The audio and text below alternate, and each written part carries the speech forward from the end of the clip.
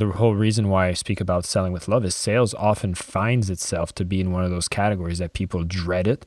People find that it is a distraction to the core thing they do want to do, or in that they want to make the impact, but the sale feels to be in the way.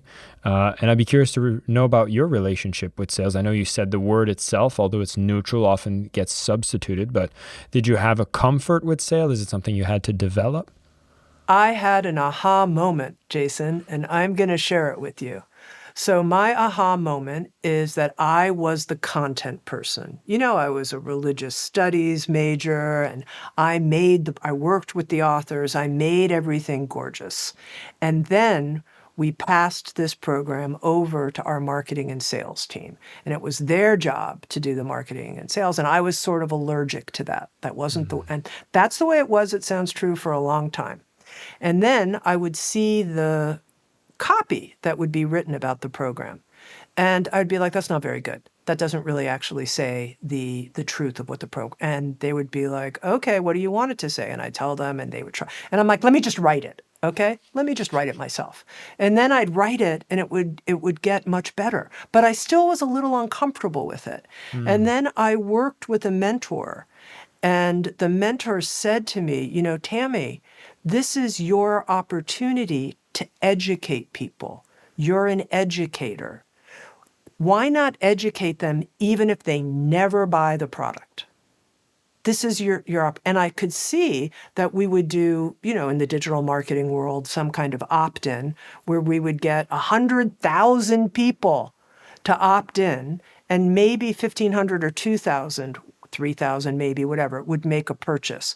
97,000 other people saw all the ads, saw the promotional video, saw all the sales material, saw the podcasts that I created talking about it, saw the letters, all of that. And I was like, 97,000, I can educate and play I'm mixing my metaphors here, but I can play all my aces. I can tell the best wisdom I got from each one of these programs in all of these marketing materials. I can impact and affect so many people, even if they never buy.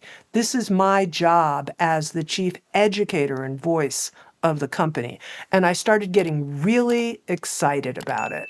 And I started being, I'm not selling, I'm just communicating the same passion I put into the product, I'm going to put into absolutely every touch point leading to the product purchase. So that was my aha.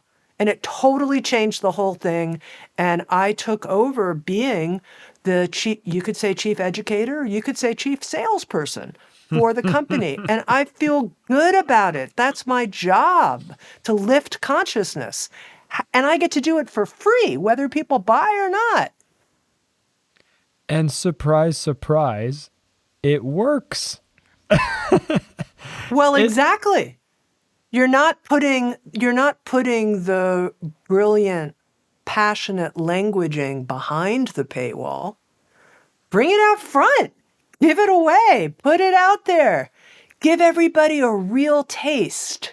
I feel in a way like I'm walking around, once again, introducing another metaphor, but like I have a silver tray filled with appetizer portions, and I want everyone to take a bite. You want 2 bites? You want 3 bites? Great. Let's go.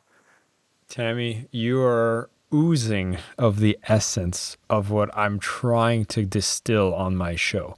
It's such a pleasure to have you here. And with the success that you've built with Sounds True and sharing these nuggets of wisdom that, to be honest, I've mentioned, but you have tangibly applied it into something that has been a successful business that's been around for decades. And for all the listeners who are having this kind of hesitancy around sales, to realize that if you are a content person and you can integrate that in the way that you sell and market in a beautiful way, and it does work, it creates success, we can no longer use that as the crutch that holds us back. Because oftentimes it's easy to call sales the reason for why you're not successful.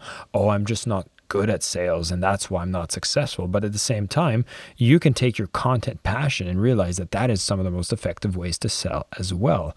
And so I love that you are a walking testament to exactly what I am trying to distill to the world. And what you've been doing with Sounds True and the projects that you're working on now is just so amazing and refreshing to see. Thank you so much for listening to the Selling with Love podcast. We have some previous episodes you can tune into right here.